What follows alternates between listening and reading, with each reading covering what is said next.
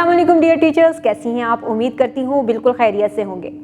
आज हमने क्लास में बच्चों को रे से शुरू होने वाले बहुत से नए अल्फाज सिखाए हैं। रे से बहुत से अल्फाज जो हैं उनको हम लोगों ने बच्चों को सिखाया है। पहले कहानी सुनाई जिसमें ऐसे अल्फाज थे जिसमें रे का इस्तेमाल होता है। फिर तस्वीरें दिखाई जिसमें रे से बहुत सी तस्वीरें बनती हैं, यानी उनकी एंडिंग आवाज़, दरमियानी आवाज़ जो है वो रे ही है।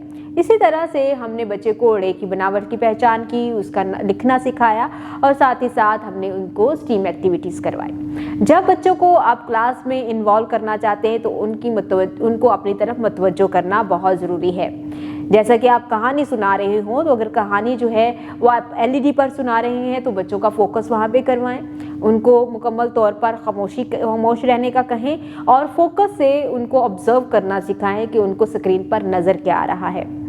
बहुत से ऐसे अल्फाज जो कि उनको आवाज़ में सुनाई दे रहे होंगे और बहुत सी ऐसी चीज़ें हैं जो उनको दिखाई दे रही होंगी। अब दोनों के साथ उनका कोऑर्डिनेशन होना बहुत ज़रूरी है। आप फोकस करके जब बच्चों से क्वेश्चन पूछेंगे तो उसमें आपने जो अल्फाज बोले हैं उनके सवालात भी पूछने हैं और जो बच्चों ने ऑब्जर्व किया है उसके मुतालिक भी आप बच्चों से मालूमात लेंगे।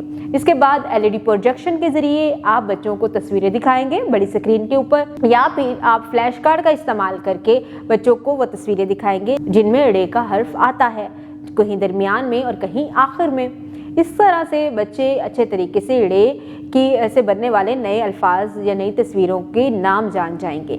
इससे क्या होगा कि बच्चे बेहतर तरीके से जान जाएंगे कि रे हर्फ कौन कौन सी तस्वीरों में इस्तेमाल होता है और उनके नामों में इस्तेमाल होता है। रे की पहचान करवाएं।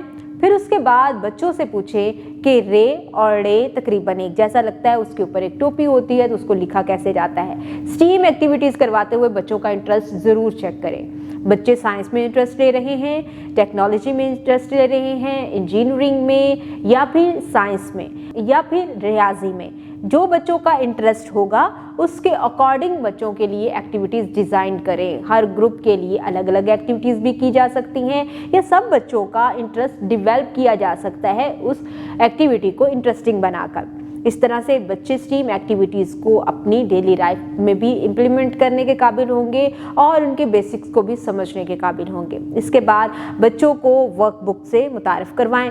वर्कबुक पर जो बच्चों को काम दिया गया है, आधा काम आप क्लास वर्क में के तौर पर करवा लें बच्चों से और कुछ होमवर्क के लिए दे दें।